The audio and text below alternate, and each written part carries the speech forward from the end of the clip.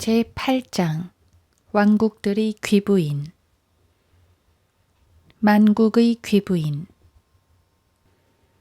신자들은 자주 마리아 환영을 우리의 귀부인 Our Lady라고 부른다. 그런데 우리의 귀부인이라는 호칭으로 불리는 환영들은 수백, 아니 수천이 넘는다. 보스니아 메주고리에서는 우리 메주고리의 귀부인으로 불리며 프랑스 파리에서는 우리 파리의 귀부인으로 불린다. 포르투갈 파티마에서는 우리 파티마의 귀부인으로 불리며 일본 아키타에서는 우리 아키타의 귀부인으로 불린다. 그녀가 출연하는 곳마다 그녀는 자동적으로 우리의 귀부인으로 불린다. 그러므로 그 환영이 만국의 귀부인이라고 주장하는 것도 맞는 말이다. 그러한 환영 중 하나가 이다 피어스맨에게 출연했다. 그녀는 땅에서 자신의 양들을 돌보는 위대한 목자로 우뚝 서서 커다란 십자가 앞에서 자신의 상처 입은 손으로 빛을 발산하면서 자신을 공동 대속자로 선언했다. 전 세계적인 시각에서 볼 때 마리아 환영은 참으로 만국의 귀부인이라고 생각될 수 있다. 그녀가 실제로 세상의 모든 나라들에서 출연하고 있기 때문이다. 다음은 자신을 만국의 귀부인이라고 주장하면서 암스테르담에 출연한 마리아 환영이 한 말이다. 나는 만국의 어머니인 마리아이다. 너희가 만국의 귀부인이나 만국의 어머니로 부르는 나는 마리아이다. 나는 오늘 분명히 이 이름으로 알려지기 바란다는 것을 너희에게 말하기 위해 왔노라.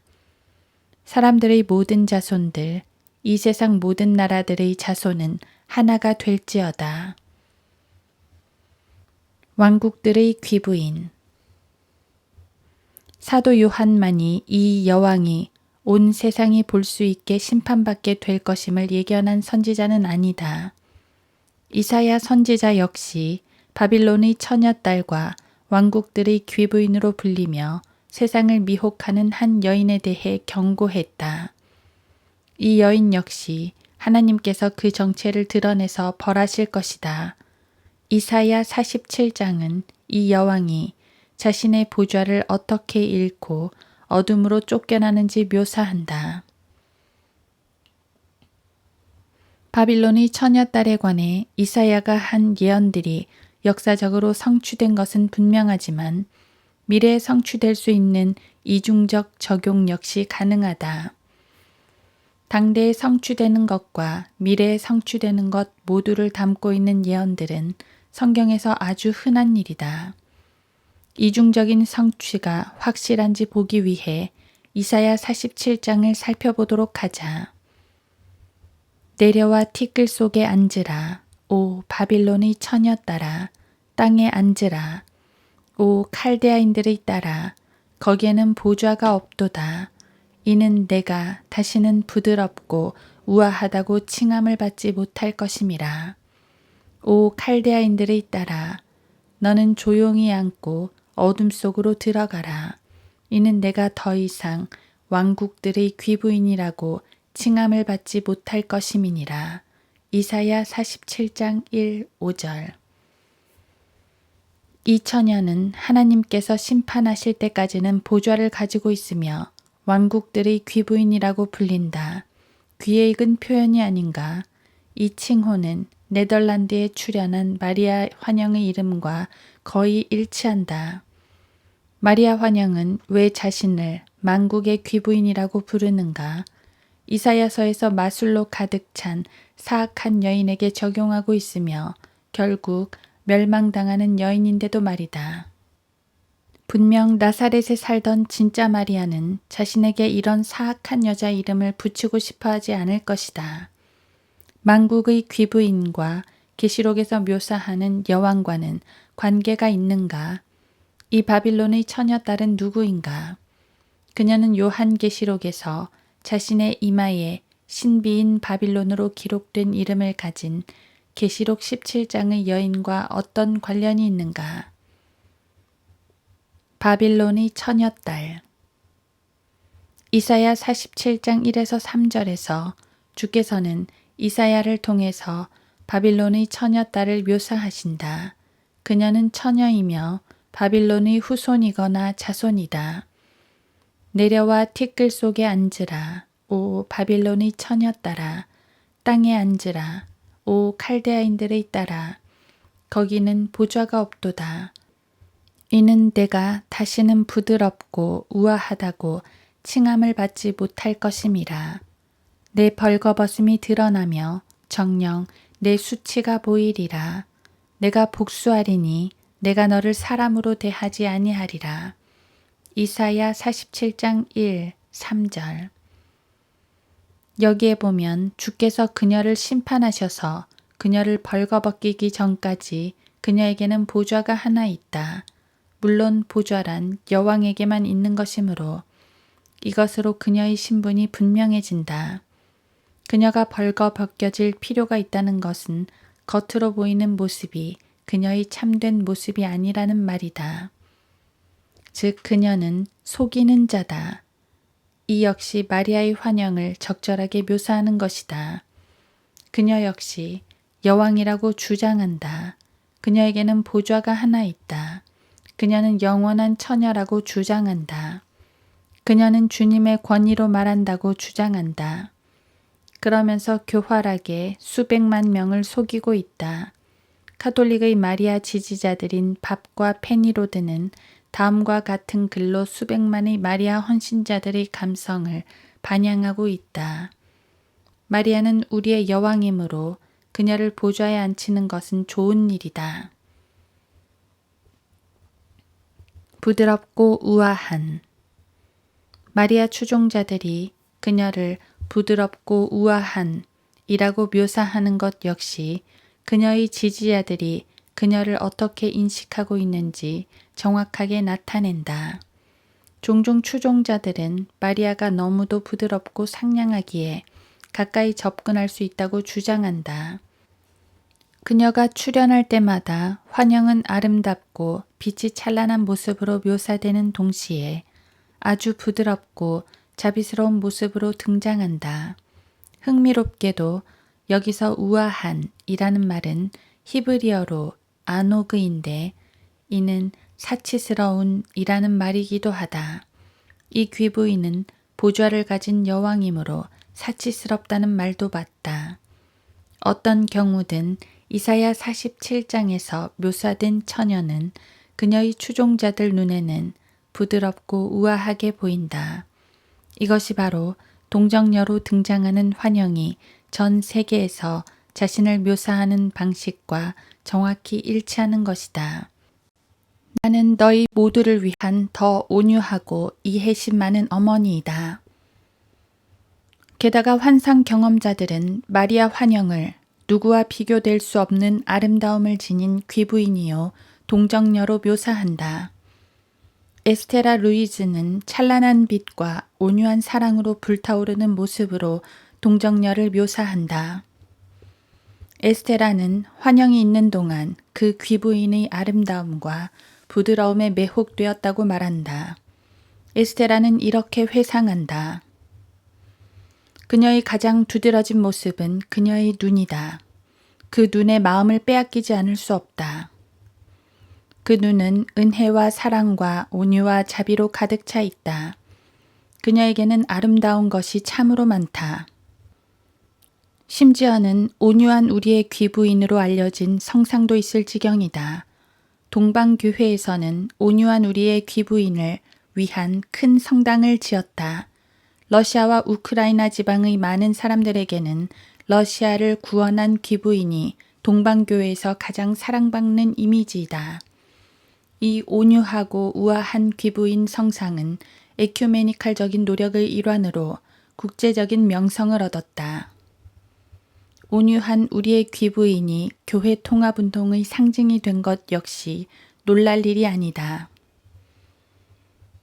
이사야의 귀부인과 우리의 귀부인의 출현 모두에서 부드러움과 여왕의 호화스러움을 발산하는 것 역시 흥미롭다. 공동 구속자. 만국의 귀부인 모습으로 암스테르담에 출연한 마리아 환영은 특별히 더 중요한데 그 이유는 신자들에게 자신을 공동 구속주라고 부를 것을 가장 크게 요구해왔기 때문이다. 하지만 주께서는 그녀의 정체를 밝히기에 앞서 누가 구속주인지를 제시하고 계신다. 우리의 구속주로 말하면 그의 이름이 만군의 주시요 이스라엘의 거룩한 분이시니라. 오 칼데아인들의 딸아, 너는 조용히 앉고 어둠 속으로 들어가라. 이는 내가 더 이상 왕국들의 귀부인이라고 칭함을 받지 못할 것임이니라. 이사야 47장 4에서 5절. 2700년 전에 주께서 왕국들의 귀부인이 공동 구속자로 알려지고 싶어 한다는 것을 미리 계시하실 수 있는가? 하나님께서는 그분의 말씀에서 우리에게 그분만이 처음부터 끝을 선언하신다고 말씀하신다. 하나님께서 이 가증스런 교리를 예견하셨음은 의심의 여지가 없다. 하나님께서는 그것을 증오하신다. 주께서는 자신만이 구속주이심을 강조해서 대답하신다. 심지어 주께서는 이 점에 있어서는 인간과 어떤 타협도 있을 수 없음을 주장하신다. 사실 그 점에 있어서는 논의할 가치도 없다고 주께서 말씀하신다. 그러나 그 환영은 신도들에게 그녀를 위해 중보해 줄 것을 요청했고 이 새로운 신조, 즉 공동 대속에 대한 신조가 선포되도록 교황에게 탄원할 것을 요구했다.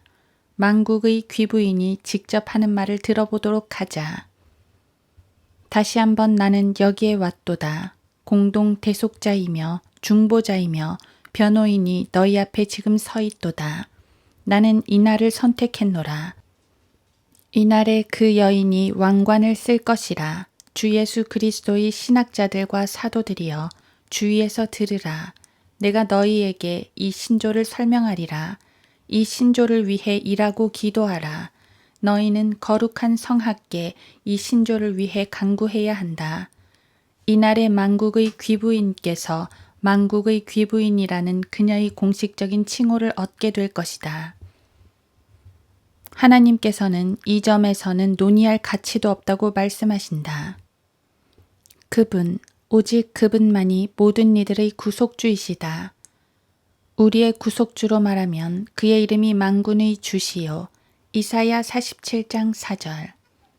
그럼에도 불구하고 이사야 47장 4, 5절에서는 그녀가 자신의 추종자들에게 만군의 귀부인으로 불릴 것이라고 예견하고 있으며 그녀의 추종자들에게 자신을 공동 대속자로 선포해 줄 것을 요청할 것이라고 말씀하신다. 오늘날까지 그녀의 요구사항은 거의 성취된 듯하다. 1997년에 뉴스위크지는 마리아에 관한 표지 기사를 싣고 그녀의 공동 대속주로서의 잠재적인 새로운 역할을 논의했다. 다음은 그 발췌문이다. 지난 4년간 교황은 157개국에서 434만 429개의 이 신조를 지지하는 공동 대속자 신조 서명을 받았는데 이는 매달 평균 10만 개에 달한다. 이 중 유명한 지지자들로는 캘거타의 테레사 수녀와 거의 500명에 달하는 주교들과 42명의 추기경이 포함되는데 거기에는 뉴욕의 존 오커너, 폴란드의 요셉 그램프와 바티칸의 대여섯 명의 추기경들도 포함된다. 로마에서 이처럼 조직적으로 탄원의 물결이 있었던 적은 일찍이 없었다. 카톨릭 교도들이 교황에게 무오한 칙령을 내려줄 것을 요구하는 일은 흔한 일이 아니다. 마지막 마리아 신조. 이 기사가 작성된 이후에 이 신조를 지지하는 수백만 개 이상의 서명이 교황에게 보내졌다. 2700년 전에 이사야서에서 예언된 예언이 거의 성취된 것이 아닌가. 마리아 신학자들에 따르면 공동 대속자 교리는 마지막 최종적 마리아 교리이며 파티마에서 약속된 그녀의 승리의 통치기로 이어질 것이라고 한다. 테드와 마우린 프리는 자신들과 다른 많은 마리아 신학자들이 앞으로 곧 일어나리라고 믿고 있는 바를 설명한다. 마지막 주요 사건은 축복된 어머니를 공동 구속주, 중재자, 변호인으로 선언하는 것이 될 것이다.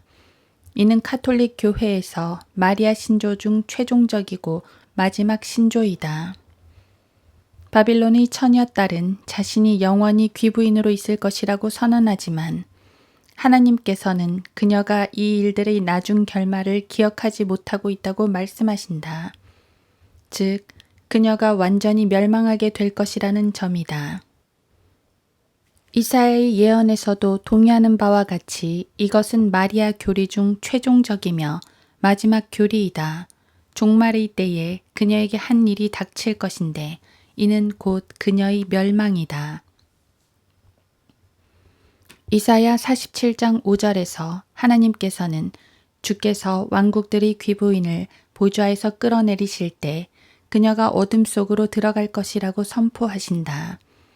이곳은 타락한 천사들이 심판으로 들어가기 전에 가는 곳이 아닌가.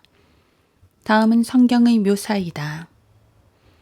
하나님께서는 죄를 지은 천사들조차 아끼지 않으시고 지옥에 던져서 흑암의 사슬에 내어주어 심판 때까지 가두어 두셨으며 베드로후서 2장 4절. 우리의 어머니. 전 세계적으로 수많은 환영들이 제시하는 또 다른 보편적인 주제는 그녀가 우리의 어머니이며 우리가 그녀의 자녀들이라는 것이다. 하나님께서 이런 주장 역시 예견하고 계셨음은 전혀 놀라울 것이 없다. 그러므로 이제 이것을 들으라. 환락에 내어준 너는 태평하게 살며 마음속에 말하기를 나뿐이라 나 외에 다른 이가 없도다. 나는 과부로 주저앉지도 않을 것이며 자녀를 잃어버리는 일도 모르리라 하는도다. 그러나 한날 한순간에 이 두 가지 일, 즉 자녀를 잃는 일과 과부되는 일이 너에게 임하리라. 그 일들은 네가 무수한 마술들과 허다한 마법들을 베풀지라도 온전하게 너에게 임하리라. 이사야 47장 8에서 9절. 이사야 47장의 귀부인은 자신에게 항상 자녀들이 있을 것이라고 믿으며 분명히 자신이 이 자녀들의 어머니라고 생각한다. 그녀는 어머니로서의 자신의 위치가 확고하다고 믿는다. 이 역시 마리아 환영이 주장하는 바이다. 그녀는 우리가 모두 그녀의 자녀들이며 그녀는 영원히 우리의 어머니라고 주장한다. 그러므로 민족들이여 너희 신뢰를 너희 어머니에게 두라. 너희 어머니는 결코 자신의 자녀들을 버리지 않으리니. 어머니는 결코 자신의 자녀들을 잊지 않는다. 그리고 나 역시 너희들이 당하는 고통을 잊은 적이 없다. 나는 너희의 모든 죄인들이 어머니다.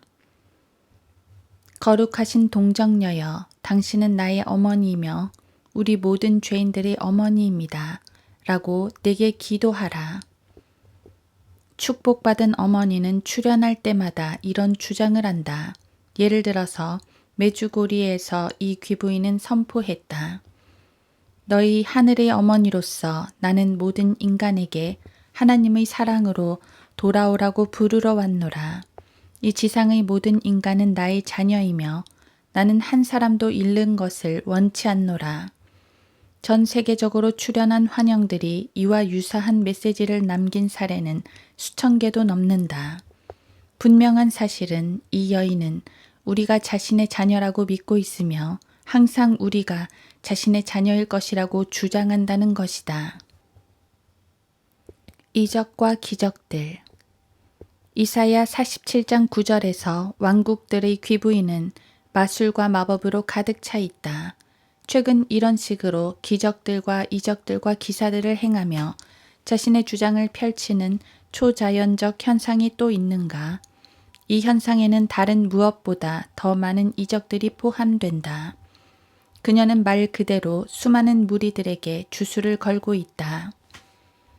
내가 얼마나 많은 이적들로 나의 고뇌에 찬 소망을 제시하는지 보라. 세상의 여러 지역에서 내가 제시한 메시지들과 내가 허락한 환영들과 수없이 많은 울부짖음과 심지어 피와 더불어 나는 너희가 지금이 위대한 시간임을 이해하기를 바라노라. 바로 이 나라 일본에서 특별한 표적, 즉 내 동상들 중 하나의 눈에서 100번도 넘게 흘린 수많은 눈물들 속에서 나는 이제 내 아들 예수의 십자가 아래서 비통에 젖은 어머니로 나타나노라.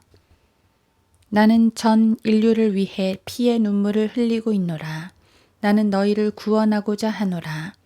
내 말에 귀를 기울이라. 나는 자비로운 어머니이며 이 땅 위에 있노라. 나는 여러 번의 경고 후에 내 스스로를 사람들의 눈에 보이도록 허락하노라. 나는 많은 이적들을 주노라. 그녀의 기사들과 이적들을 주께서는 마법과 마술이라고 부르시는데 이것들을 사용해서 그녀는 수많은 추종자들이 자신을 따르도록 이끈다. 예수께서는 마지막 날들에는 거짓 그리스도들과 거짓 선지자들이 일어나서 큰 표적들과 이적들을 보여주어 할 수만 있다면 그 택함 받은 자들도 미혹하리라고 예견하셨다. 마태복음 24장 24절. 하나님께서 나의 백성의 신분으로 그녀를 따르는 자들에게 하신 말씀을 보면 이 거짓 이적들과 기사들은 성도들을 얼마 동안 속이기 위한 것임을 알 수 있다. 마리아 환영을 지지하는 사람들은 하나님만이 이적들과 기적들을 베푸실 수 있다고 주장한다. 따라서 이들은 환영이 가진 능력은 하나님에게서만 나올 수 있다고 말한다. 하지만 우리는 다시 한번 성경 속에서 그 답을 찾게 된다. 그 악한 자가 오는 것은 사탄의 역사에 따라 모든 능력과 표적들과 거짓 이적들과 멸망하는 자들 안에 있는 모든 불의의 속임수로 오는 것이니 이는 그들이 진리의 사랑을 받아들이지 아니하여 구원을 받지 못하였기 때문이라. 데살로니가 후서 2장 9에서 10절. 마지막 날들에 사탄은 수많은 표적들과 거짓 이적들을 사용해서 지상에 거하는 자들을 미혹시킬 것이다. 사탄에게는 심지어 치유의 능력도 허락될 것이다. 또 내가 보니 그의 머리들 가운데 하나가 상처를 입어 죽게 된 것 같았으나 그의 치명적인 상처가 나으니 온 세상이 기이히 여겨 그 짐승을 따르더라. 요한계시록 13장 3절. 사탄에게는 질병으로 칠 권세도 주어졌으며 질병을 제거할 권세도 주어졌다. 이런 예는 욥기에서도 찾을 수 있다. 구약 전체에서도 사탄의 능력을 드러내는 놀라운 예들을 찾을 수 있다. 예를 들어 이집트에서 모세와 아론이 그들의 막대기를 뱀이 되게 했을 때 파라오의 마술사들인 얀네와 얀불에도 그들의 막대기를 뱀이 되게 했다. 모세와 아론이 파라오에게로 들어가서 주께서 명령하신 대로 행하여 아론이 파라오와 그 신하들 앞에 그의 막대기를 던지니 그것이 뱀이 되더라. 그때 파라오도 현자들과 마술사들을 부르니 이집트의 마법사들도 그들의 마법들로 이같이 행하더라. 그들이 각자 자기 막대기를 던져 그것들이 뱀이 되었으나 아론의 막대기가 그들의 막대기들을 삼켜버리더라. 출애굽기 7장 10에서 12절. 놀랍게도 사탄도 마술사들과 마법사들을 사용해서 생명이 없는 물질을 살아있는 뱀으로 바꿀 수 있었다. 그 이후 구절들에서도 마법사들과 마술사들은 개구리 재앙을 흉내내고 나일강을 피로 바꿀 수 있었다. 사탄이 하나님의 표적들과 이적들을 흉내낼 수 있다면 기적들과 표적들과 이적들은 진리를 드러내는 것으로 사용될 수 없다. 예수께서는 악하고 음란한 세대가 표적을 구하나 라고 말씀하셨다. 마태복음 12장 39절. 우리는 예수님의 말씀 속에서 그분을 따라야 한다. 그러면 표적들과 이적들이 우리를 따르게 될 것이다. 다른 방법을 따를 필요는 없다. 율법과 증거에게라 만일 그들이 이 말씀에 따라 말하지 아니하면 이는 그들 안에 빛이 없기 때문이라. 이사야 8장 20절. 기록되었으되 사람이 빵으로만 사는 것이 아니요 하나님의 입에서 나오는 모든 말씀으로 사느니라. 마태복음 4장 4절. 하늘에서 내려온 불. 이사야 47장 9절에서는 왕국들이 귀부인에게 풍부한 마술이 있어서 그것으로 추종자들에게 마술을 건다고 말씀하신다. 이 환영 역시 그녀의 자녀들을 사로잡을 엄청난 속임수를 행한다. 특히 한 가지 기적으로 수많은 무리를 미혹시켰다. 그중 태양의 기적이 있다. 태양의 기적은 환영 출몰 장소에서 가장 흔하게 보고되는 이적들이다. 순례자들은 태양이 빙글빙글 돌다가 떨리기도 하고 심지어는 땅을 향해 떨어지는 것처럼 보이기까지 했다고 전한다. 말 그대로 수백만 명의 순례자들이 최근 몇 년 동안 이 이적을 경험했다고 믿고 있다. 사탄이 인류에게 별을 움직일 수 있는 규모의 이적들을 행할 수 있는가? 성경은 우리에게 이에 대한 통찰력을 준다. 욥기에는 사탄이 하나님의 신실한 종인 욥에게 고난을 가하겠다고 하나님께 허락받는 내용이 나온다. 그렇게 해서 욥이 하나님을 저주하기를 바랐던 것이다. 하나님께서는 사탄에게 욥을 시험할 것을 허락하시며 보라, 그가 소유한 모든 것이 내 권세에 있으나 라고까지 말씀하셨다. 욥기 1장 12절. 얼마 지나지 않아 사탄은 사배인들을 충동질해서 욥의 가축들을 약탈하게 하고 그의 종들을 죽이도록 했다. 이 참혹한 사건 바로 직후에 또 다른 종이 욥에게 와서 하나님의 불이 하늘에서 떨어져 양들과 종들을 불살라 진멸하였나이다. 나만 홀로 피하여 주인께 고하러 왔나이다. 라고 보고했다. 욥기 1장 16절. 그 종은 하늘에서 내려온 불을 하나님의 불이라고 부른다. 그러나 우리는 그 불이 사탄이 만든 불임을 안다. 요한계시록에서도 다른 통찰력을 얻을 수 있다. 마지막 날들의 요한계시록 13장의 두 번째 짐승은 이적을 행한다. 또 큰 이적들을 행하는데 심지어는 사람들 앞에서 불을 하늘에서 땅 위로 내려오게 하더라. 그가 짐승 앞에서 행할 권세를 받아 그 같은 기적들을 통하여 땅에 거하는 자들을 미혹하여 요한계시록 13장 13에서 14절. 사탄에게는 하나님의 말씀을 알지도 못하고 순종하지도 않는 사람들을 미혹할 만한 간교함과 능력이 있다. 귀부인의 마술. 우리의 어머니라고 주장하는 이 귀부인은 자신의 마술로 많은 그리스도인들을 미혹하고 있다. 그녀는 자신의 이적들과 기사들을 동원해서 많은 이들에게 주술을 걸고 있다. 사람들이 마리아 환상과 만나게 되면 그들은 글자 그대로 황홀경에 빠지게 된다. 그 경험이 너무도 좋아서 환상 경험자들은 그것을 무아지경이라고 부른다.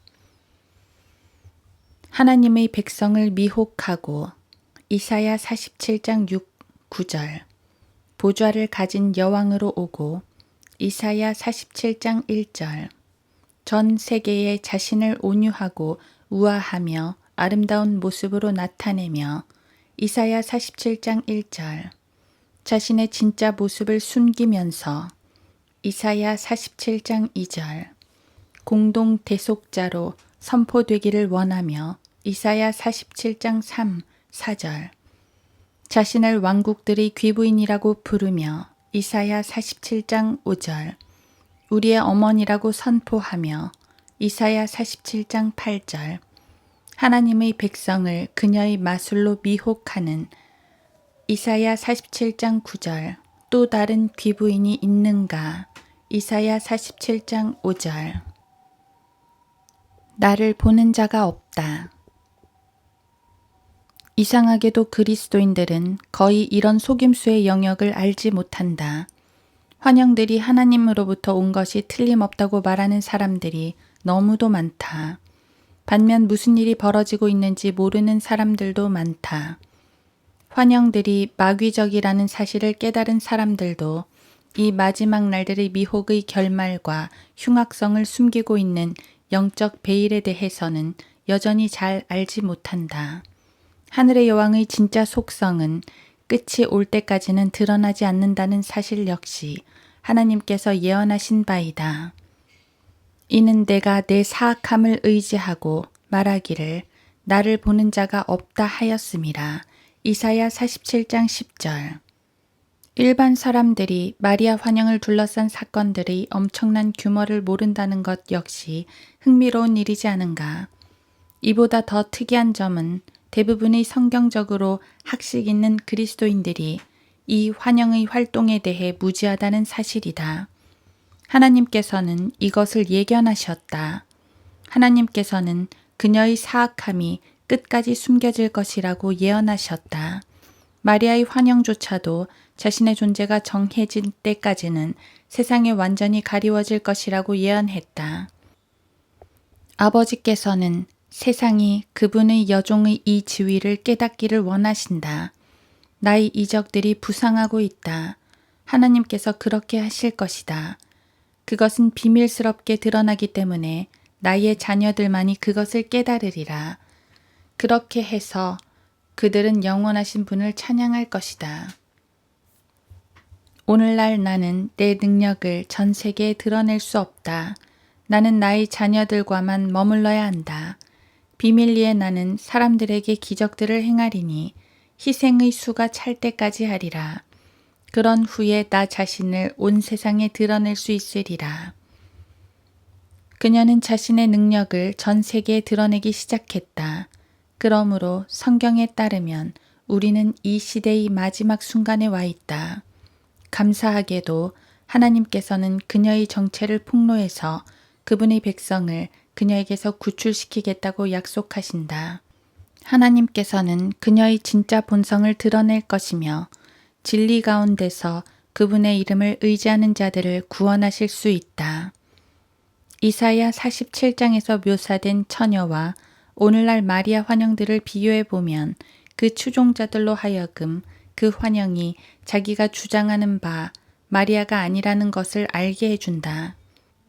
다음 장에서 우리는 이 기만의 흉악성에 대해 통찰력을 주는 몇몇 구절들을 더 살펴보려 한다.